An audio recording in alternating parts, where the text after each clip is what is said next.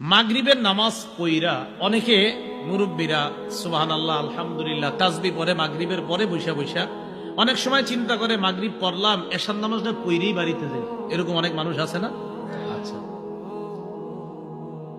আবু বুরদা রাদিয়াল্লাহু তাআলা আনহুর আব্বা বলেন, সাল্লাইনা মা রাসূলিল্লাহি সাল্লাল্লাহু আলাইহি ওয়াসাল্লাম আল মাগরিব অথবা সাল্লাইনাল মাগরিবা মা রাসূলিল্লাহি সাল্লাল্লাহু আলাইহি ওয়াসাল্লাম,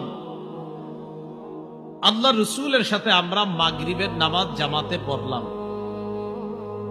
পড়ার পর মসজিদে আমরা কয়েকজন মুসল্লি বসা, একে অপরকে বললাম, লাউ জালাসনা হাত্তা নুসাল্লিয়া মা রাসূলিল্লাহি সাল্লাল্লাহু আলাইহি ওয়াসাল্লাম আল ইশা, আমরা যদি এশার নামাজ পর্যন্ত মসজিদে বসে থাকতাম, নবীর সাথে একবারে এশার নামাজটা জামাতে পইরা বাসায় যাইতাম, তো খারাপ কি আমরা একটু বসে থাকি? সাহাবীদের একদল বলতেছে, মাগরিব যেহেতু পড়লাম এশা পর্যন্ত বসে থাকি, নবীজির সাথে এশার নামাজটা পইরা এরপর বাসায় যাই। যেই কথা সেই কাজ। তারা বলতেছেন, জালাস না, আমরা বসে রইলাম।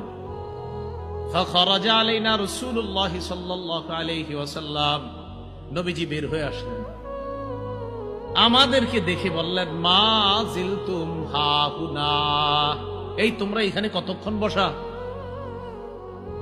সাহাবীগণ জবাব দিলেন, ইয়া রাসূলুল্লাহ সাল্লাইনা মা'কাল মাগরিবা, আমরা আপনার সাথে মাগরিবের নামাজ পড়েছি। নিজেরা বললাম, আমরা বসে থাকবো হাত্তা নুসাল্লিয়া মা'কাল ইশা, আপনার সাথে এশা পড়া পর্যন্ত মসজিদে থাকবো, তাই অপেক্ষা করে এখনো বসে আছি। আমাদের আশা আপনার সাথে এশার নামাজটা পড়বো, তারপর বাসায় যাব। নবীজি এই কথা শুইনা তাদেরকে বললেন, আহসানতুম আও আসাবতুম, নবীজি বললেন, ভালো কাজ করছো। সুবহানাল্লাহ, ভালো কাজ করছো। এটা বলার পর কি